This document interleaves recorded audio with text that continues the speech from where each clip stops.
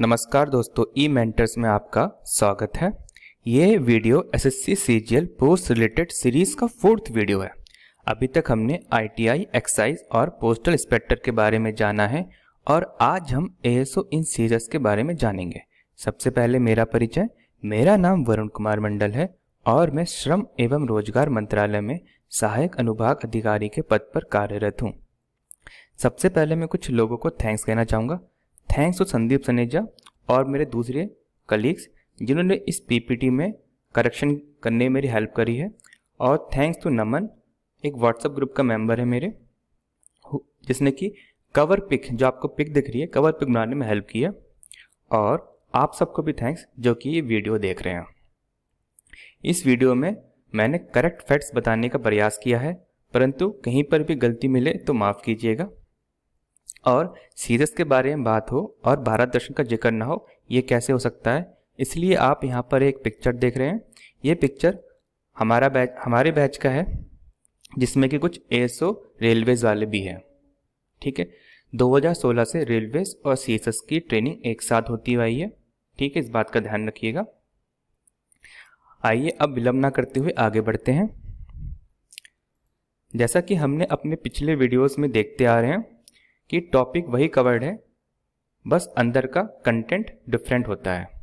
ठीक है, सबसे पहले क्या टॉपिक कवर होता है कि सेलेक्ट होने के लिए किसी भी एस्पायरेंट के पास क्या इन्फॉर्मेशन होनी चाहिए, इसके बारे में डिस्कस करेंगे, लेकिन थोड़ा शॉर्ट में, क्योंकि इस वीडियो का प्रमुख बिंदु सेलेक्ट होने के बाद आगे क्या, इस पर बेस्ड है। और आगे क्या है वो इस कलर फॉर्म में आपको बता रखा है। ठीक है, वो है information provided by selected candidates, जो कि 8 पॉइंट्स हैं, जैसे process after final result, training phase, posting, transfer और डेपुटेशन, वर्क प्रोफाइल, सैलरी और अलाउंस, प्रमोशन एस्पेक्ट और डिपार्टमेंटल एग्जाम्स, क्वार्टर्स और पर्सनल एक्सपीरियंस। ठीक, आइए देखते हैं सेलेक्ट होने के लिए आपके पास क्या इन्फॉर्मेशन होनी चाहिए। आपको एसएससी सीजीएल का फॉर्म भरना होगा और उसे क्वालिफाई करना होगा। इसका फॉर्म ऑनलाइन भरा जाता है। जब भी नोटिफिकेशन आए फॉर्म भर लीजिएगा। एक प्रिस्क्राइब डेट तक आपके पास बैचलर डिग्री होनी चाहिए और आपकी उम्र 20 से 30 साल के अंदर होनी चाहिए। ध्यान रखिएगा, एक प्रिस्क्राइब डेट तक ये बैचलर डिग्री और 20 से 30 साल। ठीक है, इस चीज़ को आप ध्यान रखिएगा, तभी आप सीएसएस के लिए जा सकते हैं। ये मैं क्यों बोल रहा हूँ, क्योंकि कुछ लोग ओवर एज हो जाते हैं, कुछ लोग कम एज के रहते हैं जिनको सीएसएस नहीं मिल पाती। जैसे कि 2017 में मेरे जानने वाले में है जिसके कि रैंक 150 के अंदर थी और उसे सीएसएस चाहिए थी, परंतु वो 2 दिन से उसकी एज कम थी। 2 दिन से, एक्चुअली में उसका प्रिस्क्राइब डेट जो थी वो 1 अगस्त थी और उसका जन्मदिन बनता है 3 अगस्त को। ठीक है, तो 2 दिन से एज कम थी, इसलिए उसने सीएसएस को ऑप्ट नहीं किया, उसने एएसओ इन आईबी को ऑप्ट किया है और अभी इस मंथ ज्वाइनिंग भी कर ली है। ठीक है, अब एज के बारे में बात की गई है तो उसमें कुछ पॉइंट्स ध्यान रखने वाली है कि कैटेगरी वाइज आपको रिलैक्सेशन मिलता है, जैसे ओबीसी में 3 साल, एससी एसटी 5 साल, पीडब्ल्यूडी में 10, 13 और 15 साल, depend on the category of UR, OBC and SC ST. Ex serviceman को 3 साल और उसके अलावा कुछ और रिलैक्सेशन भी है। ठीक, एसएससी सीजीएल में 4 टीयर होते हैं। ठीक है, फर्स्ट टीयर ऑब्जेक्टिव होता है और 100 क्वेश्चन आते हैं। हर क्वेश्चन में सही होने पर आपको 2 नंबर मिलते हैं और गलत होने पर आधे नंबर काट लिए जाते हैं। सेकंड टीयर भी ऑब्जेक्टिव होता है और यहाँ पर 4 पेपर्स होते हैं। ठीक है, हर एक पेपर 200 नंबर का होता है। अगर आप सीएसएस के लिए ट्राई कर रहे हैं, ये आप पर डिपेंड है कि आप पेपर 3 और 4 देना चाहते हैं या नहीं देना चाहते हैं, क्योंकि इनसे सीएसएस के कट ऑफ पर असर नहीं पड़ता है। ठीक है, टीयर 3 100 मार्क्स का होता है और ये ऑफलाइन लिया जाता है। जो टीयर 1 और टीयर 2 है वो ऑनलाइन लिए जाते हैं और कंप्यूटर पर होते हैं। ठीक है, और टीयर 3 पेन पेपर मोड है और ऑफलाइन लिया जाता है। टीयर 3 100 मार्क्स का होता है और 33 मार्क्स से कम आने पर आप डिस्क्वालीफाई भी हो सकते हैं, इस बात का ध्यान रखिएगा। टीयर 3 तक के मार्क्स जोड़े जाते हैं। टीयर 3 के बाद टीयर 4 आता है। टीयर 4 में कोई मार्क्स नहीं जोड़े जाते हैं, तो टीयर 3 तक आपके मार्क्स जोड़े जाएंगे। ठीक है, तो आपने देखा टीयर 1 में कितने मार्क्स थे, 200 नंबर, टीयर 2 में 400 नंबर और टीयर 3 में 100 मार्क्स। तो टोटल आपके 700 मार्क्स में से नंबर मिलते हैं। मीन्स आप जितने अच्छे नंबर लेके आएंगे मेरिट में आपकी रैंक उतनी अच्छी होगी। ठीक है, नेक्स्ट राउंड क्या है, टीयर 4 है, जहाँ पर डॉक्यूमेंट वेरीफाई होता है और सीपीटी लिया जाता है। सीपीटी क्वालिफाइंग नेचर का होता है। ठीक है, इस बात का ध्यान रखिएगा। टीयर 4 जहाँ पे डॉक्यूमेंट वेरिफिकेशन होता है और कंप्यूटर प्रोफिशिएंसी टेस्ट होता है। सीपीटी में 3 मॉड्यूल्स आते हैं। पहला है टाइपिंग रिलेटेड, दूसरा है माइक्रोसॉफ्ट एक्सेल रिलेटेड, तीसरा है माइक्रोसॉफ्ट पावरपॉइंट रिलेटेड। सबसे इम्पॉर्टेंट आपका यहाँ टाइपिंग है।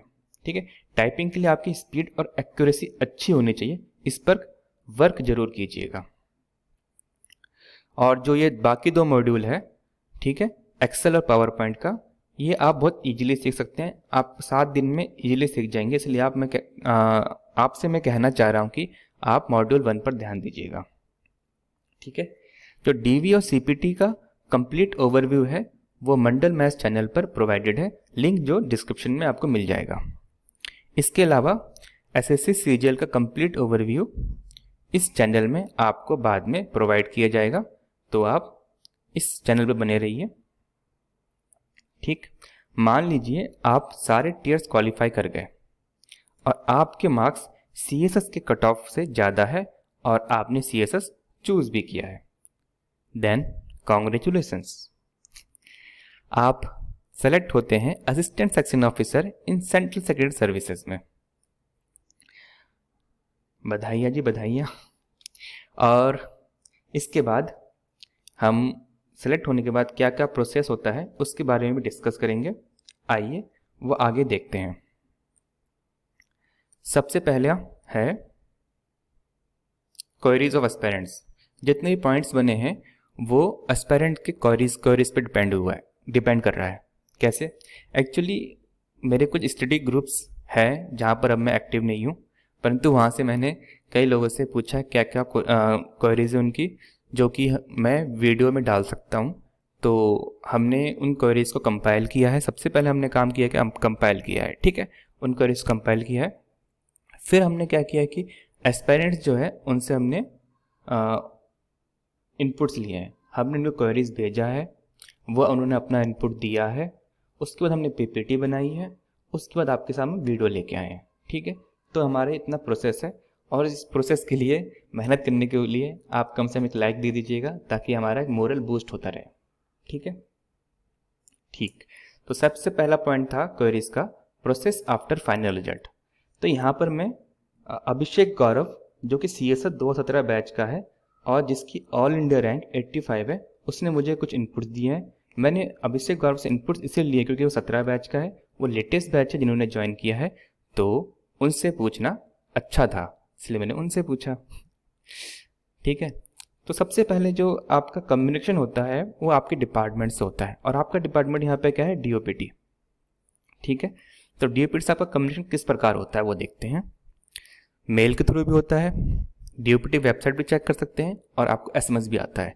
देखिए जो आपका SMS वाला पार्ट है ये 2017 में आया है, 2016 में नहीं आया था SMS का पार्ट। मैं 2016 से सेलेक्टेड बंदा हूँ और ये 2017 में बाकी बच्चों का SMS भी आया है। ठीक है, ओके।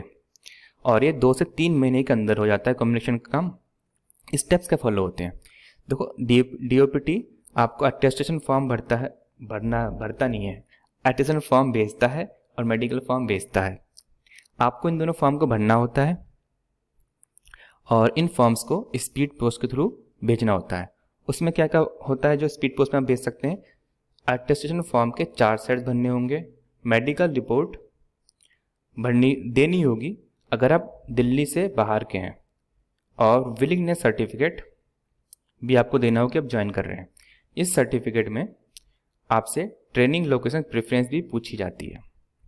ठीक है, 2016 तक ये विलिंगनेस सर्टिफिकेट नहीं था, ये 2017 से स्टार्ट हुआ है। ठीक, ओके।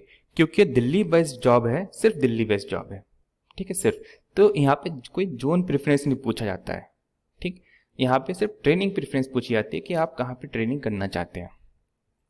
क्योंकि यहाँ जोन प्रेफरेंस नहीं होता है, इसलिए यहाँ पे ज्वाइनिंग का प्रोसेस है थोड़ा जल्दी होता है एसएससी सीजीएल के दूसरे पोस्ट के मुकाबले में। जैसे इंस्पेक्टर के पोस्ट होते हैं वहाँ पे जोन्स होते हैं, तो आप सबसे पहले वहाँ पे जोन्स मांगे जाते हैं, यहाँ पे जोन्स नहीं मांगे जाते, इसलिए ज्वाइनिंग प्रोसेस का है थोड़ा जल्दी होता है उनके मुकाबले। ओके, आगे। अब ये सब चीज़ें आपने भेज दी, 15 दिन के बाद आपको ज्वाइनिंग लेटर मेल के थ्रू भेजा जाता है, तो उसमें ट्रेनिंग सेंटर का नाम भी अलॉट होता है। उसके बाद आपको आईएसटीएम क्या है? एक ट्रेनिंग सेंटर है डीओपीटी की साइड से बना हुआ, जहाँ पर कि गवर्नमेंट ऑफिसर्स की ट्रेनिंग होती है दिल्ली में, ठीक है। तो आईएसटीएम की वेबसाइट पे आपको रजिस्टर करना होता है, वहाँ पर आपको सारी डिटेल्स वगैरह फिल करनी होती है, जैसे बैंक डिटेल्स सब कुछ। तो 15 से 20 दिन के बाद आपको ट्रेनिंग सेंटर में रिपोर्ट करना होता है। देखिए, जो ट्रेनिंग सेंटर में रिपोर्ट करना होगा उसका सबके लिए एक फिक्स टाइम है। जैसे 17 बैच वालों ने ज्वाइन किया था 2 मार्च 2020 को, ठीक। और उनकी जो ट्रेनिंग है वो आई थिंक 19 से 20 मार्च तक चली है, क्योंकि उसके बाद कोविड का केस आ चुका था, तो उनकी ट्रेनिंग पूरी नहीं हुई थी। उसके बाद उन लोगों को मिनिस्ट्री अलॉट हुई है, आई थिंक जून में, 9 जून के आसपास उनको मिनिस्ट्री अलॉट हुई है। तो अब उन्होंने मिनिस्ट्री ज्वाइन कर लिया, उन लोगों का भारत दर्शन नहीं हुआ है, उनका ट्रेनिंग भी अधूरा रह गया है। उम्मीद करता हूँ कि इस कोविड-19 के बाद उनका ट्रेनिंग कंप्लीट हो जाए, सब कुछ उम्मीद पे कायम है। ओके, तो 15 से 20 दिन के अंदर आपको ट्रेनिंग में सेंटर में रिपोर्ट करना है, जो कि सबके लिए एक फिक्स डेट है, ठीक है। On the first date of joining I training, सबसे पहले आपका ट्रेनिंग होता है, जो ज्वाइनिंग ही होता है एक तरीके से मान लीजिए, सारे फॉर्मेलिटीज़ कंप्लीट होती है, जैसे पीएफएमएस की वेबसाइट पे रजिस्टर करना जिससे कि सैलरी आपको मिल सके, एनपीएस का फॉर्म कलेक्ट करना, डॉक्यूमेंट वेरिफिकेशन भी होता है, ठीक। मेडिकल प्रोसेस, देखते हैं मेडिकल प्रोसेस कैसा होता है। देखिए, 2 टाइप्स होता है मेडिकल प्रोसेस। दिल्ली कैंडिडेट्स के लिए डीओपीटी लेता है, और नॉन दिल्ली कैंडिडेट्स के लिए आपको खुद अपने डिस्ट्रिक्ट में खुद करना होता है, आपको मीन्स कैंडिडेट्स को, ठीक है। और वो अप्रूव कौन करता है? CMO means chief medical officer, और उनके सिमिलर रैंक के ऑफिसर्स, ठीक है। और दिल्ली कैंडिडेट्स के लिए डीओपीटी खुद प्रोसेस करता है, और इन 2 हॉस्पिटल में करता है, RML hospital for boys, lady Hardinge hospital for girls. और no one is rejected in medical grounds as per my knowledge, means मेरे नॉलेज के अनुसार अभी तक कोई मेडिकल ग्राउंड में रिजेक्ट नहीं हुआ है, ठीक है। पुलिस वेरिफिकेशन प्रोसेस, देखिए जो ये प्रोसेस है ना, ये हम इसके लिए हमें टेंशन लेने की कोई ज़रूरत नहीं है, क्योंकि कैंडिडेट्स को कुछ करने की जरूरत नहीं पड़ती है। जो आपका ऑफिस होता है और जो यह कॉन्फिडेंशियल सेक्शन होता है, वो पुलिस अथॉरिटी को रिक्वेस्ट करता है वेरिफिकेशन के लिए, और वेरिफिकेशन के लिए लोकल पुलिस स्टेशन के पुलिस आते हैं आपके कहाँ पर, एड्रेस पर, ठीक है। जो आपने एड्रेस दिए होते हैं उन एड्रेस पे वेरीफाई होता है। और यही प्रोसेस लगभग सभी डिपार्टमेंट फॉलो होता है, लगभग सभी में। जहाँ तक मुझे याद है शायद एएफएच में पहले पीवीआर होता है, फिर ज्वाइनिंग होती है, ठीक है। जो हमारा पीवीआर मीन्स पुलिस वेरिफिकेशन वाला, ठीक, उसमें पहले पीवीआर होता है फिर ज्वाइनिंग होती है। और जो मेरा पीवीआर हुआ था सीएसएस केस में, पहले ज्वाइनिंग हुई थी, फिर लोकल पुलिस स्टेशन से मेरे घर बाद में आए थे, ठीक है। मीन्स ज्वाइनिंग पहले हो जाती है हमारे यहाँ पर। अब बात करते हैं ट्रेनिंग फेज की। ये सबसे अच्छा फेज होता है training phase. First training done, इसका मतलब है पोस्टिंग से पहले आपकी ट्रेनिंग होती है, ठीक है। और ट्रेनिंग के बाद आपको मिनिस्ट्री में पोस्टिंग मिलती है। ड्यूरेशन 11 वीक्स का था 2016 कैंडिडेट्स के लिए, ठीक। और 2017 कैंडिडेट्स के लिए 12 वीक्स का कर दिया गया, पर उनका ट्रेनिंग जो है बीच में रुक गया, ठीक। अभी मैंने आपको बताया था। ट्रेनिंग लोकेशंस क्या क्या है? दिल्ली, हैदराबाद, चंडीगढ़, गुड़गांव एक्सेट्रा।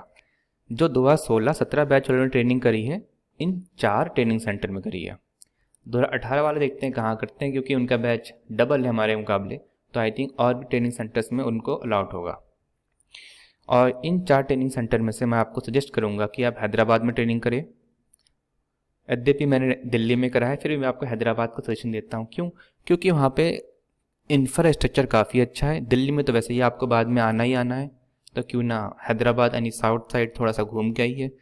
घूमने का टाइम मिलेगा वीकेंड में, तो टाइम निकाल के वहाँ थोड़ा घूम भी लीजिएगा, है ना। और इंफ्रास्ट्रक्चर अच्छा है, वहाँ कैंपस काफ़ी बड़ा है, तो आपको वहाँ पे काफ़ी अच्छा भी लगेगा। ठीक, ट्रेनिंग फैसिलिटीज़ काफ़ी अच्छी होती है। एक्सपीरियंस फैकल्टीज़ हमें ट्रेनिंग देते हैं, और ट्रेनिंग फेज़ में बहुत सारे एग्ज़ाम देने पड़ते हैं और कई सारे प्रेजेंटेशन भी देने पड़ते हैं। ठीक है, और इस एग्ज़ाम का फ्यूचर में काफ़ी इम्पोर्टेंस भी है, इस बात का ध्यान रखिएगा। फूड एंड एकोमोडेशन, ट्रेनिंग के टाइम पे फूड और एकोमोडेशन क्या प्रोसेस है। देखो, जो एकोमोडेशन होता है डिपार्टमेंट देता है। जो दिल्ली में है, ठीक है, आउट स्टेशन कैंडिडेट्स मीन्स जो दिल्ली के नहीं है उनको प्रेफर किया जाता है। ISTM एक हॉस्टल है, ISTM का जो हॉस्टल है वहाँ पर अगर दिल्ली के बाहर वाले लोगों को पहले प्रेफर किया जाता है, और अगर सीट बच जाती है तो दिल्ली वाले भी वहाँ पे ISTM में रह सकते हैं। ठीक है, जैसे मेरे साथ के कुछ 3-4 दिल्ली के लोग थे और उन्हें बाद में हॉस्टल में आना प्रेफर करा। क्यों? इसके पीछे का एक रीज़न ये है कि ट्रैवल ज़्यादा करना पड़ता था उनको। ठीक है, हॉस्टल में रहेंगे तो बस 5 मिनट में जाओ क्लास में, 5 मिनट वापस आ जाओ। और दूसरा रीज़न है कि ट्रेनिंग फेज़ में एक तरह से कॉलेज लाइफ या स्कूल लाइफ जीने का आनंद जो होता है वो खोना नहीं चाहते थे। ठीक है, आगे, इफ़ अवेलेबल दिल्ली कैंडिडेट्स में गेट द हॉस्टल ऑल्सो। ठीक है, it is not necessary to take the hostel, you can live at your place only. Okay, जो चार्जेस लगते हैं फूड और अकोमोडेशन के वो 25,000 तक निपट जाएंगे। फुल ट्रेनिंग के दौरान 25,000 में आपका काम हो जाएगा। 11 या 12 हफ्ते, जितने हफ्ते की भी ट्रेनिंग है, 25,000 आप लगाएंगे। आप खाना खाइए, रहिए, मज़े से रहिए। ठीक है, और एंजॉय करिए इस ट्रेनिंग फेज़ को।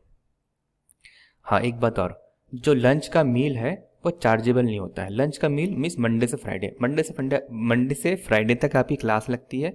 तो जो क्लास के वक्त जो लंच होता है बीच में, ठीक है, सुबह के 9 बजे से शाम के आई थिंक 4:30-5 बजे तक क्लास होती है। ठीक है, तो जो बीच में लंच आता है उसके लिए कोई चार्ज नहीं लिया जाता है। तो ये हॉस्टल वाले भी ले सकते हैं, नॉन हॉस्टल वाले भी ले सकते हैं। मीन्स जो मान लो अपने प्लेस में रहते हैं, you can live at your place, जो अपने प्लेस में रहते हैं उनको लंच लाने की ज़रूरत नहीं है। वो अगर आएंगे तो लंच कर सकते हैं फ्री में। ठीक है, उम्मीद करता हूँ आपको यहाँ तक समझ में आ गया कि आप लंच ना लाएं, वहाँ पे खाना खाएं, तब भी आपका काम चलेगा। ठीक है, उसके लिए पैसे नहीं लेंगे वो। सैलरी और लीव ड्यूरिंग ट्रेनिंग, देखिए ट्रेनिंग के दौरान आपको फुल सैलरी मिलती है। ठीक है, फुल सैलरी, और छुट्टियां अलाउड नहीं है, इतना ध्यान रखिएगा। बहुत ही एक्सेप्शनल सर्कमस्टांसेस में जो CL है वो आपको मिल सकती है। एक बात ध्यान रखिएगा, एक कैलेंडर में आपको कुछ लीव्स क्रेडिट होती है, वो होती है CL, RH, EL और HPL। 8 CL, 2 RH, 30 EL और 20 HPL। ठीक है, जो CL और RH होते हैं वो 31 दिसंबर को लैप्स हो जाते हैं। मीन्स अगर आपने उनका यूटिलाइज नहीं किया है तो वो ख़त्म हो जाते हैं, वो 0-0 हो जाते हैं। पर जो EL और HPL है वो नेक्स्ट जनवरी या जुलाई में जुड़ जाते हैं। ठीक है, इस बात का ध्यान रखिएगा। तो अगर आपने इनका यूज़ भी नहीं किया है तो उसको आप बाद में यूज़ कर सकते हैं, पर इनका आप अगले साल यूज़ नहीं कर सकते, CL और RH का। ओके, ट्रेनिंग के दौरान भारत दर्शन भी होता है और विलेज अटैचमेंट भी होता है। ये हमारे ट्रेनिंग का बेस्ट पार्ट है। बेस्ट पार्ट क्योंकि काफ़ी लोग होते हैं जिन्होंने हवाई सफ़र नहीं किया होता है, जो कि बाहर ज़्यादा घूमे नहीं होते हैं। तो हम इतने बड़े ग्रुप के साथ घूमने जाते हैं तो उसकी फीलिंग अलग होती है ना। और फ्लाइट्स की बात करी गई तो मैं आपको इतना बता दूं, विलेज अटैचमेंट और भारत दर्शन को मिला के 6 फ्लाइट्स में बैठा हूँ मैं, और क्या, हाँ, हमें 3 स्टार 4 स्टार हॉस्टल अलाउड किए गए थे, मीन्स हमें ठहराया गया था उन जगह पे, तो काफ़ी अच्छा लगता है। क्योंकि 3 स्टार 4 स्टार में हम खुद नहीं जाते, तो अगर हमें कोई भेजे तो कितना अच्छा लगता है ना। ओके, अब आगे की बात, विलेज अटैचमेंट के लिए हम नहीं, मीन्स काफ़ी लोग रायपुर गए थे, उसमें उनमें से मैं भी एक था। ठीक है, हमारा जो बैच है, जैसे 370 या 80 लोग हमने ज्वाइन किया था, तो उनको 6 बैचेस में डिवाइड किया था, तो वो 6 जगह गए थे। तो जो हमारा बैच है 6 जगह नहीं गए थे, 7-8 जगह गए थे, तो काफ़ी लोग रायपुर गए थे, तो उन रायपुर जाने वाले मैं भी था, और मुझे काफ़ी अच्छा जगह था लगा था रायपुर जाके। और वो 6 से 7 दिन का विलेज अटैचमेंट होता है, इसमें एक एनजीओ अटैचमेंट भी होता है। ठीक है, 2 दिन के लिए आपको एनजीओ में, सॉरी गड़बड़ी कर दी, विलेज अटैचमेंट में एनजीओ नहीं होता है। विलेज अटैचमेंट में आपको विलेज में जो इंडिया के जो स्कीम्स है, मनरेगा वगैरह, ये कैसे स्कीम्स कैसे चल रहे हैं, कितना लागू हुआ है, वो सबको आपको आइडिया लेने के लिए भेजा जाता है, ताकि विलेज अटैचमेंट कर सकें। और इसके बाद आता है भारत दर्शन। भारत दर्शन जो है काफ़ी अच्छा होता है, बेस्ट पार्ट होता है ट्रेनिंग का, जो कि 13 दिन का होता है। 13 दिन में 2 दिन होता है इसमें एनजीओ अटैचमेंट। एनजीओ अटैचमेंट में आपको एनजीओ में भेजा जाता है, जाके आप वहाँ पर वहाँ के काम देखते हैं और हेल्प भी कर सकते हैं, वो आप पे डिपेंड करता है। ठीक है, तो 2 दिन के लिए आप वहाँ पर जाते हैं, बाकी 11 दिन आप घूमते हैं, आप इंडिया के बारे में जानने के लिए घूमते हैं। ठीक है, जब वापस आते हैं विलेज अटैचमेंट से और भारत दर्शन से, तो आपको प्रेजेंटेशन भी देना होता है कि आपने क्या क्या सीखा वहाँ से। ठीक है, इस बात का ध्यान रखें कि घूमते रह गए और कुछ आपने सीखा नहीं, तो वो आप पे नेगेटिव इम्पैक्ट करेगा। ठीक है, तो आप प्रेजेंटेशन के लिए भी तैयार रहिएगा इन चीज़ों के लिए। फॉर भारत दर्शन के लिए जो हमारा बैच था, वो मुंबई, बेंगलोर की स्पेलिंग गलत हो गई है यार, मेरे दोस्त ने बताया भी था, मैंने सही नहीं करा, तो इसके लिए सॉरी। मुंबई, बेंगलोर, मैसूर, ऊटी, कूनूर और हैदराबाद गए थे। ठीक है, अगर मुझे फिर से चांस मिला तो मैं भारत दर्शन के लिए फिर जाना चाहूँगा। अब आगे बढ़ते हैं। ओके, पोस्टिंग, ट्रांसफ़र और डेपुटेशन पे बात करते हैं अब आगे। परमानेंट पोस्टिंग दिल्ली में है, ये बात सबको पता है। ट्रेनिंग के इमीडिएट बाद हमें मिनिस्ट्री अलॉट होती है। जैसे मान लो मेरी ट्रेनिंग जो है फ्राइडे को ख़त्म हुई थी, और ज्वाइनिंग हमें मिनिस्ट्री में सोमवार को करना था। ठीक है, तो हमें इमीडिएटली मिनिस्ट्री अलॉट हो जाती है। हाँ, अब होम स्टेट की बात। देखो, आपको होम स्टेट मिल सकता है। देखो, इसके 2 क्राइटेरिया है। एक तो आप ट्रांसफ़र बेसिस पे जाइए, कि आप ट्रांसफ़र बेसिस पे चले गए होम स्टेट। जैसे कि मेरे जानने वाले 3 लोग हैं जो अभी चंडीगढ़ में हैं, और एक जानने वाला बेंगलोर में था पर वो हैदराबाद जा चुका है। ठीक है, इसके पीछे का दूसरा रीज़न है, उस पर नहीं जाएंगे। बस मेन फैक्ट ये है कि आप दिल्ली से दूसरे स्टेट में भी जा सकते हैं, पर उसका एक पीरियड होता है कि इतने साल के लिए जाते हैं, फिर आपको वापस दिल्ली ही आना होता है। ठीक है, ओके। अब दूसरे मिनिस्ट्री डिपार्टमेंट के लिए एलिजिबल हो जाते हैं 7 साल बाद, according to rotational transfer policy. जैसे कि अभी मैं कहाँ पर हूँ, ministry of labour and employment. अभी मुझे यहाँ पे 2 साल हो चुके हैं। ठीक है, मीन्स अगर मैं और 5 साल वहाँ पे काम कर लूँगा, मीन्स 7 साल काम कर लूँगा, तो मुझे दूसरी मिनिस्ट्री अलॉट हो सकती है। ठीक है, ट्रांसफ़र, दूसरी मिनिस्ट्री में ट्रांसफ़र हो सकता है मेरा। ओके, अब करते हैं डिप्यूटेशन की बात। तो जो डिप्यूटेशन है, मीन्स दूसरे डिपार्टमेंट में जाने का एक क्राइटेरिया है। ठीक है, दूसरे डिपार्टमेंट जैसे central state government organisation, government of UTs organisation, autonomous bodies, trust societies, PSO etcetera, आपकी ज्वाइनिंग आप वहाँ पर भी हो सकती है, बशर्ते कि आपने 9 साल का सर्विस कंप्लीट किया हो और विजिलेंस एंगल से आपको फ्री कर दिया गया हो। ठीक है, और 9 साल की जो सर्विस है, however will not apply to posting in the personal staff of ministers. ठीक है, डिप्यूटेशन को समझ में आया? क्या समझ में आया? डिप्यूटेशन मतलब यह है कि सीएसएस में आपको मिनिस्ट्रीज मिलती है, आपको पता है। ठीक है। इसके अलावा कहीं दूसरी जगह जहाँ जाते हैं, हमारा स्टेट में जहाँ जाते हैं, दूसरे स्टेट के किसी डिपार्टमेंट में जहाँ जाते हैं जो कि CSS से रिलेटेड नहीं है। एक सिंपल सा एग्जांपल देता हूँ, इलेक्शन कमीशन ऑफ इंडिया। ठीक है, election commission of India CSS के मिनिस्ट्रीज में नहीं आता है। ठीक है, अगर वहाँ पे डिप्यूटेशन के लिए उन्होंने नोटिस निकाल दिया है तो आप वहाँ अप्लाई कर सकते हैं और आप इलेक्शन कमीशन ऑफ इंडिया में जा सकते हैं कुछ सालों के लिए। डिप्यूटेशन का भी एक पीरियड होता है, ठीक है, कुछ सालों के लिए जाते हैं। और जब भी डिप्यूटेशन में जाते हैं तो आपको दो चॉइस मिलती है सैलरी के लिए। ठीक है, क्योंकि मोस्टली जो डिप्यूटेशन होता है आप हायर ग्रेड पे जाते हैं। तो एक चॉइस क्या है कि आप जो नया डिपार्टमेंट है वहाँ की सैलरी ले, या जो आपकी प्रीवियस सैलरी थी, जो आपकी ओरिजिनल डिपार्टमेंट था वहाँ की सैलरी, और साथ में डिप्यूटेशन अलाउंस ले जो कि 5 या 10% की होती है। वो आप पर डिपेंड है। आप अपने पेरेंट मिनिस्ट्री डिपार्टमेंट में आ जाएंगे जब आपका डिप्यूटेशन पीरियड कंप्लीट हो जाएगा।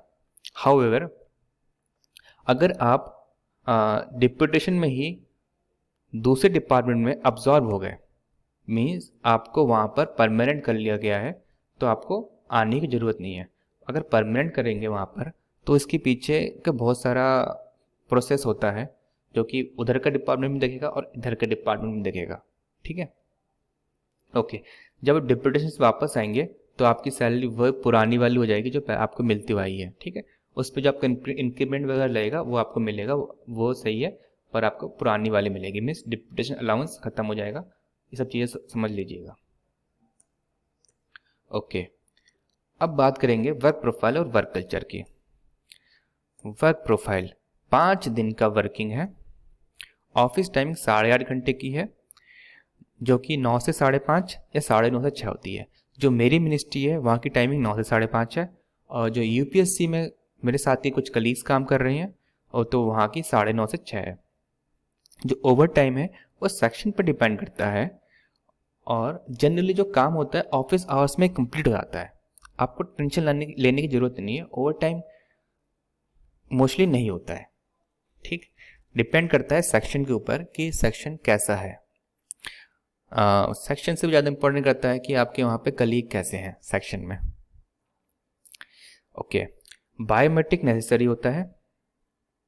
ऑफिस का जो इंफ्रास्ट्रक्चर है मोस्टली एवरेज होता है या गुड होता है, और कई लोगों की क्वेरीज थे कि AC होता है नहीं होता, तो सब जगह AC होते हैं। ठीक है, मैंने अभी कहीं नहीं देखा कि AC नहीं है, तो सब जगह AC होते हैं। ओके, ऑफिस में कोई ड्रेस नहीं है, जैसे कि इंस्पेक्टर में होता है ना, ड्रेस वगैरह यूनिफॉर्म होता है। ऑफिस के लिए कोई अलग से ड्रेस कोड नहीं है, पर आप प्रेजेंटेबल रहेंगे तो बेटर होगा। पब्लिक डीलिंग नहीं होती है, और एक प्योरली डेस्क जॉब है। ठीक, टास्क क्या होता है? देखो, टास्क आपको पता ही है कि ASO बन रहे हैं तो आपको फाइल से डील करना होता है। ठीक है, मीन्स फाइल्स में नोटिंग करेंगे, ड्राफ्ट करेंगे, लेटर भेजेंगे, सब कुछ ये सब काम करेंगे, तो सारे फाइल्स वाला काम है। तो फाइल्स आप इलेक्ट्रॉनिकली करेंगे या फिजिकली करेंगे, वो आप ज्वाइनिंग करेंगे तो आपको पता जाएगा ये चीज़ है क्या। तो mainly you do noting and drafting. ठीक है, नोटिंग और ड्राफ्टिंग का थोड़ा सा बताता हूँ क्या है। जैसे मान लो कोई रिसीट आई, रिसीट मतलब आपको किसी ने लेटर भेजा। अभी आप SSC को ही जानते हैं क्योंकि आप एस्पायरेंट हैं। तो मान लो आपने SSC को लेटर भेजा कि प्लीज़ जो बच्चा भी कर रहे हैं कि Tier 3 का रिजल्ट दे दो, है ना। तो आपने SSC को लेटर भेजा, एक अलग से रिप्रेजेंटेशन भेज दिया आपने, तो उन्होंने उसको रिसीव कर लिया। तो उसको एक फाइल पर नोटिंग मीन्स लिखेंगे, अपने ऑफिसर्स को बताएंगे कि ये रिसीट आई है, इस पर हम काम कर रहे हैं, तो इस पर क्या एक्शन ले सकते हैं, क्या नहीं ले सकते, या सजेशन मांगेंगे अपने सीनियर्स से। तो ये नोटिंग है। ठीक है, जब वो उन लोगों को लगेगा कि आपको क्या रिप्लाई देना है, कैसे रिप्लाई देना है, जब ये सोच लेंगे तो उसके लिए आपको रिप्लाई देने के लेटर बनेगा।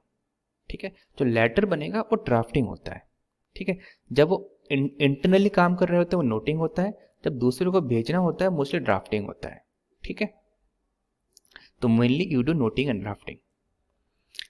अब जो आपका वर्क है तो ये फॉलोइंग टास्क, वर्क में फॉलोइंग टास्क हो सकते हैं, जैसे पार्लियामेंट क्वेश्चंस होते हैं। पार्लियामेंट क्वेश्चन सबसे इंपॉर्टेंट है। You may need to do overtime if any parliament question is pending. Means मान लो कि कोई पार्लियामेंट क्वेश्चन आया है जिसके कि एक डेट है कि इस डेट तक आपको देना है, और आपका क्वेश्चन कंप्लीट नहीं हुआ है और डेट आपके समीप आ चुकी है, तो आपको रुकना पड़ सकता है। ठीक है, कोर्ट केस से डील करते हैं आप, आरटीआई से भी डील कर सकते हैं, ग्रीवेंस से भी डील कर सकते हैं, policy making and it's issues से भी डील कर सकते हैं, एडमिनिस्ट्रेटिव वर्क भी हो सकता है और अदर रिलेटेड टास्क भी हो सकता है। ठीक है, वर्कलोड, मुझसे काफ़ी लोगों ने पूछा वर्कलोड क्या होता है, कौन सी मिनिस्ट्री लेनी चाहिए। देखिए, जो वर्कलोड होता है वो सेक्शंस पे डिपेंड करता है, मिनिस्ट्रीज पे डिपेंड नहीं करता है। ठीक है, मिनिस्ट्रीज में कुछ सेक्शन होते हैं जो हल्के होते हैं, कुछ होते हैं मीडियम होते हैं, कुछ काफ़ी भारी होते हैं। ठीक, वॉट एवर इट इज़, जैसा भी हो, आप इस जो जितना भी काम है ऑफिस आवर्स में कर सकते हैं, तो टेंशन लेने की कोई ज़रूरत नहीं है।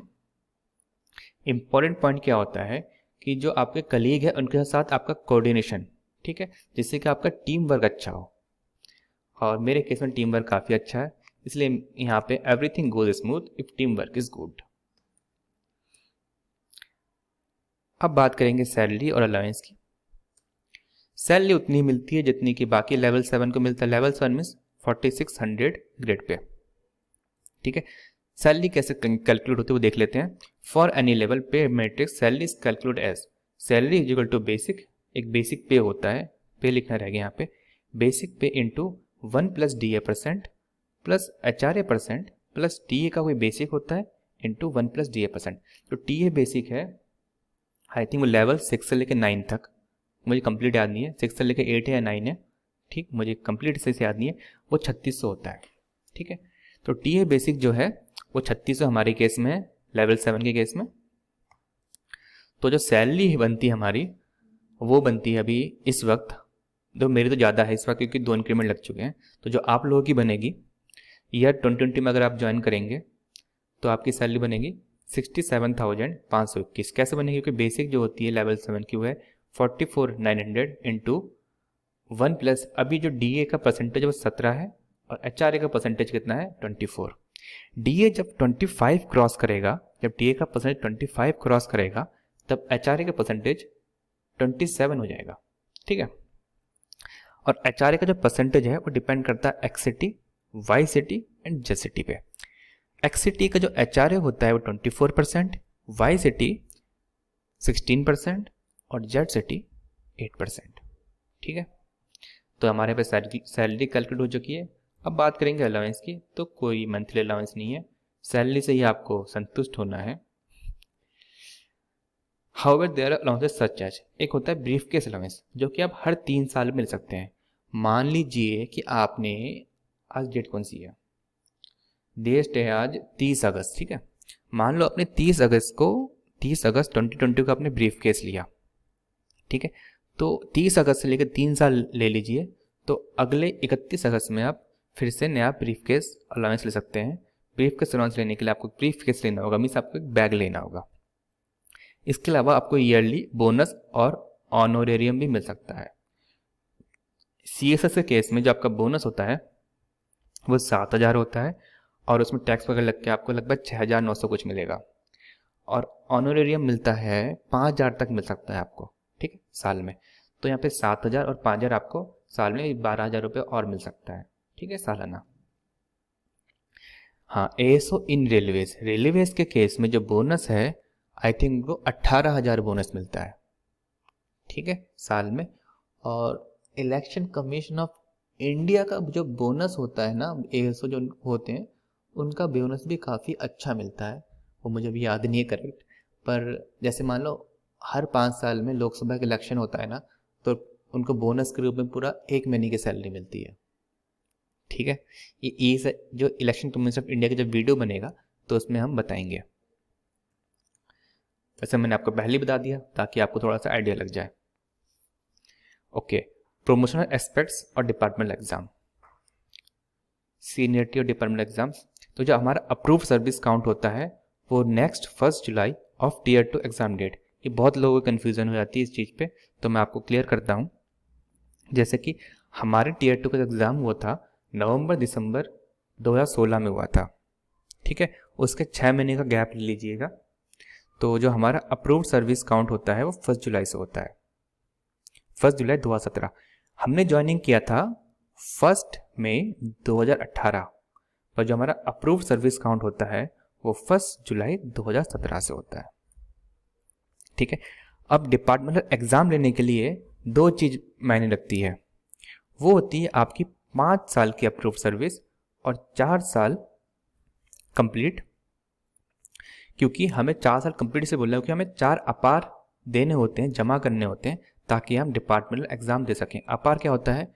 फुल फॉर्म यार भूलने की आदत है, फिर भी ए फॉर एनुअल, हाँ एनुअल नहीं, अप्रेजल यार, हाँ एनुअल परफॉर्मेंस अप्रेजल रिपोर्ट। ठीक है, तो ये 4 अपार जो होते हैं हमारे कौन भरते हैं? वो भरते हैं एसओ, सेक्शन ऑफिसर, और ईवस इसको रिव्यू करता है। ठीक है, तो आपको जितने पॉइंट्स देंगे उन पॉइंट्स के बेसिस पर आपको डिपार्टमेंट एग्जाम में फ़ायदा होगा। तो आपको अपार में अच्छे पॉइंट्स मिलने चाहिए। ओके, प्रमोशन रेशियो जो है 3:1 है for direct recruits as ASO and promoted employ as ASO. देखो, जो हम ज्वाइनिंग करते हैं जैसे सीजीएल के थ्रू एएसओ बनते हैं, वो हमें डायरेक्ट रिक्रूट्स में डीआर बोलते हैं, हम डीआर एएसओ होते हैं। कुछ प्रमोट होकर एएसओ बनते हैं तो वो प्रमोटी एएसओ होते हैं। ठीक है, तो जो प्रमोशन रेशियो है डीआर 3, अगर डीआर 3 लोग प्रमोट हो रहे हैं तो प्रमोटी जो है वो 1 प्रमोट होके एसओ बनेगा। ठीक है, ऐसा क्यों है, इसके पीछे का रीज़न ये है, वो आपको अगले स्लाइड में बताता हूँ। ठीक है, तो 2 टाइप्स ऑफ एसओ बन सकते हैं। तो 2 टाइप्स ऑफ एसओ कैसे बन सकते हैं? अब तो डिपार्टमेंटल एग्जाम को क्वालिफाई करो और सेक्शन ऑफिसर बनो। डिपार्टमेंटल एग्जाम के लिए आपको 4 अपार जमा करने पड़ेंगे और 5 साल का अप्रूव सर्विस होना चाहिए। अगर आप क्वालिफाई नहीं कर पाते तो आपको 8 साल के बाद एसओ में प्रमोट कर सकते हैं, तो 8+8 या उससे ज़्यादा। ठीक है, तो यहाँ पर जो सीनियरिटी का क्राइटेरिया है, जब आप क्वालिफाई नहीं कर पाते हैं तो जो सीनियरिटी का क्राइटेरिया है वो सीजीएल मार्क्स इस टू ट्रेनिंग मार्क्स इस टू 3:1। बस आपके सीजीएल के मार्क्स देखे जाएंगे और ट्रेनिंग के मार्क्स देखे जाएंगे और इसका 3:1 होता है। सीजीएल आपका 75% और ट्रेनिंग मार्क्स आपका 25%, इसके बेस पे आपका प्रमोशन होता है। तो training marks are very important if you do not qualify LDC exam. ठीक है, अगर आपने एलडीसी एग्जाम क्वालिफाई कर दिया है तो इस सीजीएल मार्क्स, ट्रेनिंग मार्क्स को भूल जाओ। जो आपके एलडीसी एग्जाम में जितने भी मार्क्स आए उसके बेस पे आपको सीनियरिटी कंसिडर की जाती है। मान लो कोई रैंक 1 है, सीएसएस का रैंक 1 है, ठीक है, और मैं आई थिंक मैं सीएसएस का रैंक 114 हूँ। रैंक 1 बोलूँगा थोड़ा सा और हो जाएगा। मान लो सीएसएस का रैंक 59 है और मैं सीएसएस का रैंक 114 हूँ, पर हमने एलडीसी एग्ज़ाम दिया। ठीक है, तो जो रैंक 59 है उसके मार्क्स एलडीसी एग्ज़ाम से कम आए, एलडीसी एग्ज़ाम में कम आए और मेरे ज़्यादा आए। ठीक है, तो मैं सेक्शन ऑफिसर बनूंगा, वो भी सेक्शन ऑफिसर बनेगा, क्योंकि मेरे मार्क्स ज़्यादा हैं एलडीसी एग्ज़ाम में, तो अब मैं उसका सीनियर होऊंगा और वो मेरा जूनियर होगा। सीनियरिटी मतलब जब नेक्स्ट टाइम प्रमोशन होगा तो पहले मुझे कंसिडर करेंगे, बाद में उसे। पर अगर क्वालिफाई नहीं होते हम, ठीक है, हम दोनों ही क्वालिफाई नहीं होते, तो उस वक्त उसके सीजीएल के मार्क्स देखे जाएंगे, क्योंकि उसके ज़्यादा है तो उसको पहले कंसिडर कर सकते हैं, और साथ में ट्रेनिंग के मार्क्स भी देखे जाएंगे। ठीक है, तो जो यहाँ के मार्क्स है तब मैटर करेंगे अगर आप एलडीसी एग्ज़ाम क्वालिफाई नहीं कर पाते। ओके, सबसे important point, LDC exam conduct नहीं हुआ है 2015 के बाद ड्यू टू कोर्ट केस।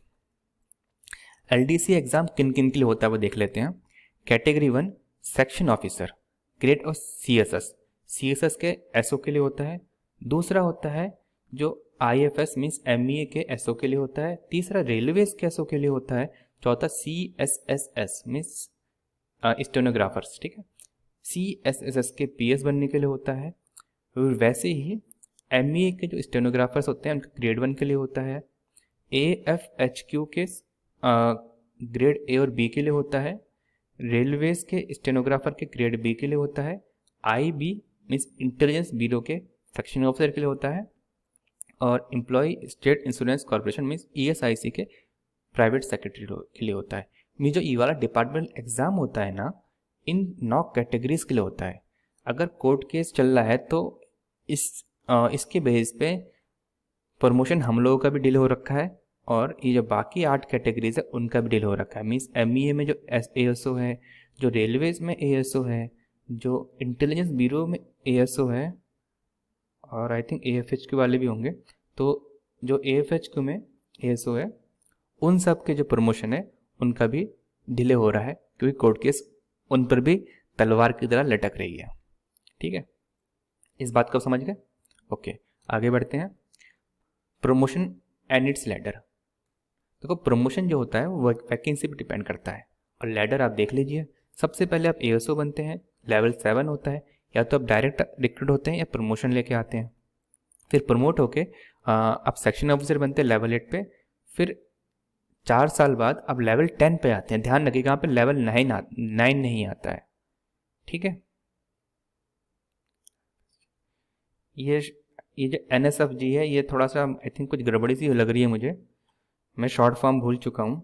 ठीक है, तो आप इसको काट दीजिए। बस ध्यान रखिएगा 4 साल बाद आप लेवल 10 पे आ जाएंगे। उसके बाद प्रमोशन बेसिस पे आप अंडर सेक्रेटरी बनेंगे, फिर डिप्यूटी सेक्रेटरी, फिर डायरेक्टर, फिर जॉइंट सेक्रेटरी। अभी के केस में कि कोई कोर्ट केस नहीं हो रहा है तो सबसे इम्पॉर्टेंट पॉइंट है सेक्शन ऑफिसर बनना। ठीक है, अभी सबसे इम्पॉर्टेंट पॉइंट है सेक्शन ऑफिसर बनना। जितनी जल्दी आप सेक्शन ऑफिसर बनेंगे उतनी जल्दी जल्दी आपका प्रमोशन होगा। ठीक है, तो सेक्शन ऑफिसर वाला बाधा जल्दी दूर हो जाए बनने का, तो प्रमोशन के चांसेस आपके हाई रहेंगे। अगर LDC एग्ज़ाम होने लग जाए तब तो बहुत ही सही हो जाएगा। ठीक है, हाँ, यहाँ पे एक बात और क्या थी कि हमारे यहाँ पे जो CSS में लेवल 9 नहीं आता, स्किप हो जाता है, तो इसकी वजह से प्रमोशन फास्ट है। बाकी डिपार्टमेंट्स में मीन्स ASO में प्रमोशन फास्ट है। इंस्पेक्टर में जो होता है ना, अभी आपने पहले के 3 वीडियो देख लिए हैं, ITI का, एक्साइज का, पोस्ट इंस्पेक्टर, उसमें आपने देखा होगा लेवल 9 भी आता है और लेवल 10 भी आता है। ठीक है, बस CSS में क्या है, लेवल 8 से जंप होकर लेवल 10 में चले आते हैं। तो इस वजह से यहाँ पे अभी भी प्रमोशन एस्पेक्ट अच्छे हैं। ठीक है, चाहे एग्जाम नहीं हो रहे हो फिर भी अच्छा इसलिए क्योंकि लेवल 9 बीच में नहीं आ रहा है। आपको मान लो लेट हो गया अब लेवल 8 में आने में, पर आप 4 साल बाद मान लो आप लेवल 7 पे इस वक्त। ठीक है, और आपका LDC एग्जाम नहीं हुआ है, तो मोस्ट प्रोबेबली आई थिंक 10 साल में आपको क्या पता है ऐसा बना दे, तो 10 नहीं चल 12 ही मान लो क्या आप। ठीक है, मैं वर्स्ट केस ले रहा हूँ, 12-15 जो भी आपको मानना हो। ठीक है, तो 12 से 15 साल में आप लेवल 10 में पहुँच जाएंगे, चाहे आप LDC एग्ज़ाम क्लियर ना कर पाए। ठीक है, अगर 15 साल में अगर आप लेवल 10 में पहुँच गए, इसका मतलब है कि अगले 5 या 10 साल के अंदर आप USC बन जाएंगे। मीन्स अंडर सेक्रेटरी आपका बनना लगभग तय है। ठीक, तो इस बात पे टेंशन मत लीजिए कि आप सेक्शन ऑफिसर रिटायर होंगे या USC रिटायर होंगे या DS रिटायर होंगे। और उम्मीद करता हूँ कि LDC एग्ज़ाम जल्दी स्टार्ट हो ताकि मैं DS या डायरेक्टर तक रिटायर हो सकूँ, है ना। सब यही चाहते हैं कि काफ़ी अच्छे पोस्ट से रिटायर हो, आप भी यही चाहते होंगे। अब बात करते हैं क्वार्टर्स की। क्वार्टर्स की बात करेंगे तो आप एलिजिबल है टाइप 3 क्वार्टर्स के लिए। टाइप 3 जो होता है 2 BHK के जैसे होता है। ठीक है, आप चाहो तो टाइप 2 के लिए भी अप्लाई कर दीजिए। ठीक है, अगर आपको क्वार्टर्स लेने की जल्दी है तो आप टाइप 2 के लिए अप्लाई कर सकते हैं। ठीक है, और देखो टाइप 2 के लिए अप्लाई करेंगे तो आपको वहाँ पे क्वार्टर जल्दी मिलने के चांसेस होंगे टाइप 3 के मुकाबले। ठीक है, अगर आपकी एज कम है, कोई फैमिली की दिक्कत नहीं, कि फैमिली की दिक्कत नहीं मतलब कि फैमिली बड़ी नहीं है। ठीक है, किसी की फैमिली काफ़ी बड़ी होती है, तो अगर फैमिली मतलब कि नहीं बनानी इस वक्त, ठीक है, अगर आपकी एज कम है, शादी थोड़ा लेट करना चाहते हैं, टाइप 2 के लिए अप्लाई कर लो पहले, फिर बाद में जब आपको टाइप 3 आपको मिलने के चांस हो जाएंगे तो उसके बाद टाइप 3 के लिए अप्लाई कर देना, है ना। कुछ भी बोले जा रहा हूँ यार। उम्मीद करता हूँ आपको अच्छा लग रहा हो वीडियो, तो लाइक ज़रूर कर देना। ठीक है, क्वार्टर्स का जो कंडीशन है काफ़ी अच्छा है, काफ़ी अच्छा तो नहीं लिखा, ओके है। कई जगह काफ़ी अच्छा है, जैसे किदवई नगर में अच्छा है क्योंकि वहाँ पे नए नए फ्लैट्स बने हैं, तो वहाँ के जो कंडीशन है काफ़ी अच्छे हैं। और कई जो पुरानी जगह बने होंगे वहाँ का तो एवरेज होगा, ओके होगा, और जो बीच में बना होगा वो एवरेज होगा। ठीक, लोकेलिटी का काफ़ी अच्छी होती है। INA में जो क्वार्टर्स में वहाँ पे होके आया हूँ तो वहाँ की लोकेलिटी काफ़ी अच्छी थी। किदवई नगर की जो लोकेलिटी वो भी काफ़ी अच्छी है। ठीक है, distance of quarters from office depends on both the location of quarters and office. ठीक है, क्वार्टर्स और ऑफिस के बीच में कितना डिस्टेंस है डिपेंड करेगा कि आपका क्वार्टर कहाँ लोकेटेड है और ऑफिस कहाँ लोकेटेड है। पर फिर भी जनरली जो डिस्टेंस होता है वो अप्रॉक्स 10 किलोमीटर होता है। तो यहाँ पे एक बात और, लेडीज़ कोटा के हिसाब से भी आपको, अगर आप लेडीज़ हैं मतलब, ठीक है, गर्ल्स जो है लेडीज़ कोटा के अनुसार उनको कोटा जल्दी मिल सकता है। ओके, पर्सनल एक्सपीरियंस, बाकी लोगों से पर्सनल एक्सपीरियंस पूछा है हमने, आपने पिछले 3 वीडियो देखे होंगे, तो मेरे भी पर्सनल एक्सपीरियंस देख लेते हैं। नेम, अरे पूरा लिख लेता, name Varun Kumar Mandal, duration of job 2 साल 2 महीने हो चुके हैं और अब 3 महीने हो चुके हैं, ठीक है। Is there a gap between your admission of this job while preparing for SC and after getting job? No, क्योंकि मोस्ट ऑफ द एस्पिरेंट्स जानते हैं कि जो वर्क है वो फाइल्स के थ्रू काम होता है और डेस्क जॉब है। जॉब सेटिस्फेक्शन और reason, I am somewhat satisfied, क्योंकि सेटिस्फाई इसलिए है क्योंकि जो मेरा लोकेशन है, मैं चाहता लोकेशन मेरे होम टाउन के पास हो, और होम टाउन कहाँ है मेरा? काशीपुर उत्तराखंड। मीन्स दिल्ली से काशीपुर जाने में मुझे अप्रॉक्स 6 घंटे लगते हैं, तो पास ही हुआ, आप लोग समझ रहे होंगे। काफ़ी लोग कहेंगे कि उत्तराखंड क्यों नहीं ऑप्ट करा, आप उत्तराखंड की जॉब क्यों नहीं जा रहे? इसके पीछे का रीज़न ये है कि हिली रीजन है उत्तराखंड में काफ़ी। तो जैसे कि मैंने जब मैं कॉलेज में था तो कॉलेज में दौराहट से किया था, KEC दौराहट, ठीक है। तो काशीपुर से मुझे कॉलेज जाने में मुझे 7 घंटे लग जाते थे। अगर मान लो उससे और ऊंचाई भी होता तो और घंटे लगते, तो उससे बेटर कि दिल्ली है कि मुझे यहाँ तक 6 घंटे में घर पहुँच जा रहा हूँ, है ना। आप बात समझ रहे होंगे।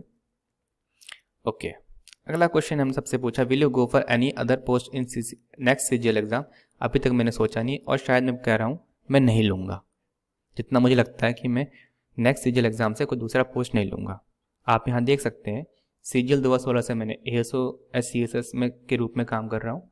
17 में मैंने Tier 3 छोड़ दिया था। 18 में मेरे 700 में से 531 नंबर है और मैं कोई पोस्ट नहीं लेने वाला हूँ। और 2019 का मैंने Tier 1 ही नहीं दिया है, ठीक है। अगला question, according to you what are the top 5 CGL post? देखिए टॉप 5 जो मेरे लिए एग्जामिनर, ITI, CSS, ME और DA है। एग्जामिनर मुझे काफ़ी अच्छा लगता है, इसलिए है, उसमें पावर भी काफ़ी अच्छी होती है वैसे। ITI और इनकम टैक्स जो है काफ़ी सुनने में अच्छा लगता है, इनकम टैक्स इंस्पेक्टर सुनने में अच्छा लगता है, ठीक है। तो पब्लिक के सामने एक फिगर अच्छी होती है कि हाँ अच्छा बंदा इनकम टैक्स इंस्पेक्टर है वगैरह वगैरह, तो वो चीज़ सभी सुनना चाहते हैं। तो आप लोग भी ITI इसलिए ऑप्ट कर रहे हैं, ठीक है, पब्लिक रिकॉग्निशन के लिए। CSS इसलिए अच्छी लगती है क्योंकि दिल्ली पोस्टिंग है। ME भी लगभग ऐसे ही समझ लीजिए। और DA इसलिए अच्छी लगती है क्योंकि DA अभी इस वक्त एकमात्र ऐसी पोस्ट है CGL के थ्रू जो कि सरकारी जैसा ही है इस वक्त। मतलब काम वहाँ बहुत ही कम होता है। अगर आप UPSC के लिए प्रिपरेशन करना चाहते हैं तो DA लीजिएगा, ठीक है। अगला क्वेश्चन है कि आप गवर्नमेंट क्वार्टर्स में रह रहे हैं कि रेंटेड अपार्टमेंट्स? तो अभी मेरा रेंटेड फ्लैट्स है, ठीक है। Can we get time for UPSC preparation while working in this job? Yes, if अगर कोई डिटरमाइंड है तो आप UPSC प्रिपेयर कर सकते हैं। Note, there may be some extra office hours during parliament session और अर्जेंट वर्क के लिए और पार्लियामेंट सेशन के लिए आपको एक्स्ट्रा ऑफिस वर्क भी करना पड़ सकता है। मैं आपको यहाँ पे एक और बात कहना चाहूँगा, UPSC के लिए आप प्रिपेयर कर सकते हैं अगर आप डिटरमाइन होंगे। ये मैंने लिख तो दिया है पर आप कर सकते हैं। आप देख सकते हैं कि मंडल मैथ चैनल मैंने काफ़ी टाइम तक चलाया था, ठीक है। मतलब यूट्यूब में वीडियोस डालना, ग्रुप्स को संभालना, इसमें भी बहुत टाइम लगता है। अगर इस टाइम को UPSC प्रिपरेशन के लिए कोई लगाए, ठीक है, मेरी जगह पर कोई दूसरा बंदा हो, अगर UPSC प्रिपरेशन करना होता उसको तो वो लगाता, तो UPSC का पता क्वालिफाई भी कर जाता। तो डिपेंड करता है। अब मुझसे मत पूछना कि मैंने UPSC प्रिपरेशन क्यों नहीं करी। इन सब जगह टाइम बर्बाद किया है, पास किया, जो भी आपको लग रहा हो, ठीक है। मुझे अच्छा लगता है इसलिए मैं आपके साथ जुड़ा हुआ हूँ। बस इतना है कि आपको हेल्प हो रही है तो काफ़ी अच्छी बात है। आपको बस यहाँ समझ जाना चाहिए इस पॉइंट पे कि I want to get location near to my home town, ठीक है। तो वो मुझे CSS इस चीज़ में काफ़ी अच्छा है। UPSC की प्रिपरेशन करूँगा, फिर जाऊँगा, मेहनत करूँगा, उसके बाद ऑल इंडिया पोस्टिंग होगी जो मैं भी चाहता नहीं हूँ, तो इसलिए मैं UPSC की प्रिपरेशन में नहीं गया हूँ। तो उम्मीद है ये भी आपको समझ में आ गया, उन्होंने बता ही दिया आखिरकार। प्रोज एंड कॉन्स, ठीक है। प्रोज है कि लाइफ टाइम दिल्ली पोस्टिंग है, स्टेबल लाइफ है। स्टेबल लाइफ का मतलब है कि आप फैमिली को भी टाइम दे सकते हैं, ठीक है। फैमिली को काफ़ी अच्छा टाइम रखते हैं, जो काफ़ी इंपॉर्टेंट बात है। बाद में कुछ इंपॉर्टेंस नहीं रहता, फैमिली ही इंपॉर्टेंट होती है, ठीक है। दो में you get transfer to other state on your willingness. मैंने आपको बताया था आप दूसरे स्टेट में ट्रांसफ़र ले सकते हैं। जैसे मेरे साथ के लोग चंडीगढ़ में और भुवनेश्वर में जा रखे थे। ये ट्रांसफ़र का बेसिस जो होता है ना, वो डीओपीटी निकालता है या आपका मिनिस्ट्री निकालता है कि इस जगह पे 1 2 3 जितने भी पोस्ट खाली है, आप वहाँ के लिए जाना चाहते नहीं जाना चाहते हैं, वो पूछते हैं। काफ़ी लोग भरते हैं और उसमें से कुछ लोगों को मिलता है, ठीक है। आगे ये 8.5 घंटे का काम है, 5 दिन का काम है, तो क्वाइट इजीली डन, बहुत इजीली काम हो जाता है। तो ज्वाइनिंग है काफ़ी जल्दी हो जाती है एसएससी रिजल्ट के बाद। तो ये प्रॉज है, हमें 1 2 या 3 महीने की सैलरी ज़्यादा मिलती है बाकी लोगों से, ठीक है। भारत दर्शन सबसे इंपॉर्टेंट फैक्टर है ट्रेनिंग का, जो कि प्रॉज में डाल सकते हैं, तो मैंने डाल दिया है। डेस्क जॉब है ऑनली, ठीक है, इसलिए ऑनली फाइल नोटिंग, मतलब सिर्फ फाइल से काम करना पड़ता है, नोटिंग ड्राफ्टिंग होती है। मैं फील्ड जॉब करना नहीं चाहता था, इसलिए मुझे डेस्क जॉब पसंद सा मान लीजिए, तो मेरे लिए प्रॉज में आ रहा है। और नो पब्लिक डीलिंग, कोई पब्लिक डीलिंग भी नहीं करना चाह था, इसलिए मेरे लिए प्रॉज है। और जो मेरे लिए प्रॉज है कुछ के लिए कॉन्स हो सकते हैं। क्यों? क्योंकि कुछ लोग ऑल इंडिया ट्रांसफ़र वाली जॉब लेना चाहेंगे ताकि एक्सप्लोर कर सके मतलब पूरे भारत को, ठीक है। Desk job may be monotonous for people, desk job एक ही सीट पे बैठे रहना कहीं काफ़ी लोगों के लिए मोनोटस हो जाते हैं और वो फील्ड जॉब करना चाहते हैं, ठीक, ताकि इधर जाए कभी उधर जाए तो फील्ड जॉब हो जाती है। You may gate recognition for public dealing, अगर आप पब्लिक डीलिंग करते हैं तो आप उनके साथ उनका रिकॉग्निशन होता है, मीन्स पब्लिक आपको जानने लग जाती है, ठीक है। जैसे इंस्पेक्टर वाली पोस्ट हुए, excise inspector, income tax inspector, postal inspector, ये सारे इंस्पेक्टर वाली पोस्ट जो है उसमें पब्लिक आपको जानने लग जाती है, तो उससे एक फ़ायदा अच्छा लगता है ना। अब अगला क्या है, जॉब प्रोफाइल रेटिंग। मैं जॉब प्रोफाइल रेटिंग 10 में से 7 दिया है, ठीक है, 10 में से 7 अच्छी रेटिंग है। ये this is the personal view of a selected person, ये मेरा पर्सनल व्यू है। अब आपकी मर्जी, आप कितना देना चाहेंगे, दूसरे सेलेक्टेड पर्सन की मर्जी है वो कितना देना चाहेंगे, ठीक है। अगर मुझे दिल्ली में ही पोस्टिंग के रूप में सॉफ्टवेयर इंजीनियर के रूप में काम मिलता, सॉफ्टवेयर इंजीनियर मुझे काफ़ी अच्छी लगती है प्रोग्रामिंग, तो आई थिंक मैं तब 9 या 10 दे देता, ठीक है। तो जॉब प्रोफाइल रेटिंग के हिसाब से मैंने इसलिए 7 दिया क्योंकि वो वाली पोस्ट मुझे ज़्यादा अच्छी लग रही थी। अगर सॉफ्टवेयर इंजीनियर के रूप में काम में हो जाता, जैसे एनआईसी के थ्रू लेते हैं ना वो लोग, तो वो वहाँ भी जा सकते हैं, पर उसमें भी ऑल इंडिया पोस्टिंग होती है, इसलिए मैं वहाँ भी नहीं जाना चाह रहा। अगला है कि book test series followed. Book test series कौन कौन से फॉलो करे हैं मैंने? 2015 में मैंने पढ़ी थी fast track objective arithmetic by Rajesh Verma, ठीक है, और मुझे काफ़ी अच्छी बुक लगी थी क्योंकि हर एक चैप्टर में लगभग 50 क्वेश्चन है और काफ़ी अच्छे क्वेश्चन है। इस बुक को आप करेंगे तो मैं आपसे कहना चाहूँगा, आपको सारे शॉर्टकट रटने की ज़रूरत नहीं है। मान लो कि हर चैप्टर में 10 शॉर्टकट है, तो आप पाएंगे कि उन 10 में से 4 शॉर्टकट से ही आप सारे क्वेश्चन जल्दी कर सकते हैं, ठीक है। अगर आपको समझ में नहीं आ रहा कौन से शॉर्टकट लगाने हैं, तो आप मेरे नोट्स ले सकते हैं। मैंने नोट्स बनाए हुए हैं जब मैंने 2016 का एग्ज़ाम दिया था, और 2016 में मैथ्स में मेरे ठीक ठाक नंबर आए थे। मैंने कोशिश करी थी 200 की, पर 190 नंबर आए, 4 क्वेश्चन गलत हो गए थे। अफसोस अब भी होता है, ठीक है। और मैंने प्रीवियस ईयर क्वेश्चन करे थे। इंग्लिश के मैंने SP बख्शी की बुक पढ़ी थी। मैं कहना चाहूँगा इंग्लिश के लिए मैं ज़्यादा मेहनत नहीं करी थी। इंग्लिश मुझे पढ़ने में बहुत बोरियत सी लगती है, तो मैं पढ़ता नहीं था। मैंने पूरी मेहनत मैथ्स पर कर दी थी कि जितने नंबर लेके आऊँगा मैथ्स में लेके आऊँगा, बाकी इंग्लिश में देखा जाएगा। वोकैब फ्रॉम वेरियस सोर्सेज, मैंने वेरियस सोर्सेज से मतलब जहाँ से मिला वोकैब पढ़ दिया। मॉक टेस्ट के लिए मैं आपसे कहूँगा टेक्स्ट बुक अच्छा है। करियर पावर मैंने क्यों ली थी? क्योंकि उसमें क्या था, प्रीवियस इस क्वेश्चन करने थे मुझे, ठीक है। और SSC ट्यूब के मैंने फ्री वाले मॉक दिए थे। टेक्स्ट बुक यहाँ पे सबसे अच्छा है। मैं आपको यहाँ पे टॉप रैंकर्स और ग्रेड अप भी सजेस्ट करना चाहूँगा। टॉप रैंकर्स ने अपनी जो टेस्ट की जो क्वालिटीज़ है उसको इम्प्रूव करती जा रही है, तो टॉप रैंकर्स भी काफ़ी अच्छा है और सस्ता भी है, तो आप टॉप रैंकर्स भी ले सकते हैं। अब फिर से नोट कर लीजिए, the study process varies from person to person. Still left with some queries, अगर आप अब भी कोई क्वेरीज है तो आप कमेंट कर सकते हैं, ठीक है। और इसके साथ में एक बात और कहना चाहूँगा, यहाँ पे लिखा नहीं है कि डिस्क्रिप्शन में टेलीग्राम ग्रुप का लिंक देना चाहूँगा, अगर आप टेलीग्राम में ज्वाइंड है तो उस ग्रुप को भी ज्वाइन कर लीजिएगा। क्यों? ताकि आप अपने पोस्ट रिलेटेड क्वेरीज जो है आप पूछ सकें, क्योंकि काफ़ी चीज़ होती है ना, एक वीडियो में कंप्लीट नहीं हो पाती है। तो अगर आप पूछना चाहेंगे तो आप वहाँ पूछ सकते हैं, और अगर ज़रूरी रहा तो इसका पार्ट 2 ही बना दूंगा। उम्मीद करता हूँ पार्ट 2 की ज़रूरत नहीं पड़े, क्योंकि मैंने काफ़ी डेप्थ में जाके या उसको मतलब हर एक पॉइंट्स को कवर करने की कोशिश करी है। तो टाइम भी बहुत यहाँ पे हो चुका है, 55 मिनट दिख रहे हैं मेरे यहाँ पर, ठीक है। हाँ, जाते जाते मैं कहना चाहूँगा कि अभी चेस का ओलंपियाड चल रहा है, तो मेरी आपसे ये भी गुजारिश है कि आप चेस का जो ओलंपियाड है उसके फाइनल में इंडिया पहुंच चुकी है ना। तो 30 अगस्त मीन्स आज 30 अगस्त को इंडिया का फाइनल है। मैं आपसे रिक्वेस्ट करता हूँ कि आप फाइनल ज़रूर देखिएगा।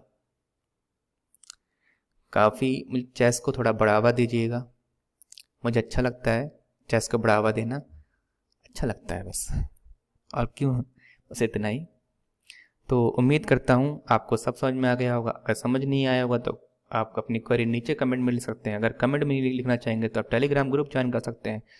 तो इसी के साथ वीडियो को समाप्त करता हूँ। समाप्त करने से पहले आपसे फिर कहना चाहूँगा, आप कृपया हमें मिस्ड ई मेंटर्स टीम को मोटिवेट करने के लिए प्लीज़ वीडियोस को लाइक शेयर कीजिए और चैनल को सब्सक्राइब कर लीजिए, और कमेंट करेंगे, अच्छा लगेगा आपको तो हम कमेंट पढ़ना भी चाहेंगे, तो ताकि हमें कमेंट ग्रुप में भी हमें मोटिवेशन मिले। चलो ठीक है, अभी इतना ही। बाय दोस्तों, and have a nice day.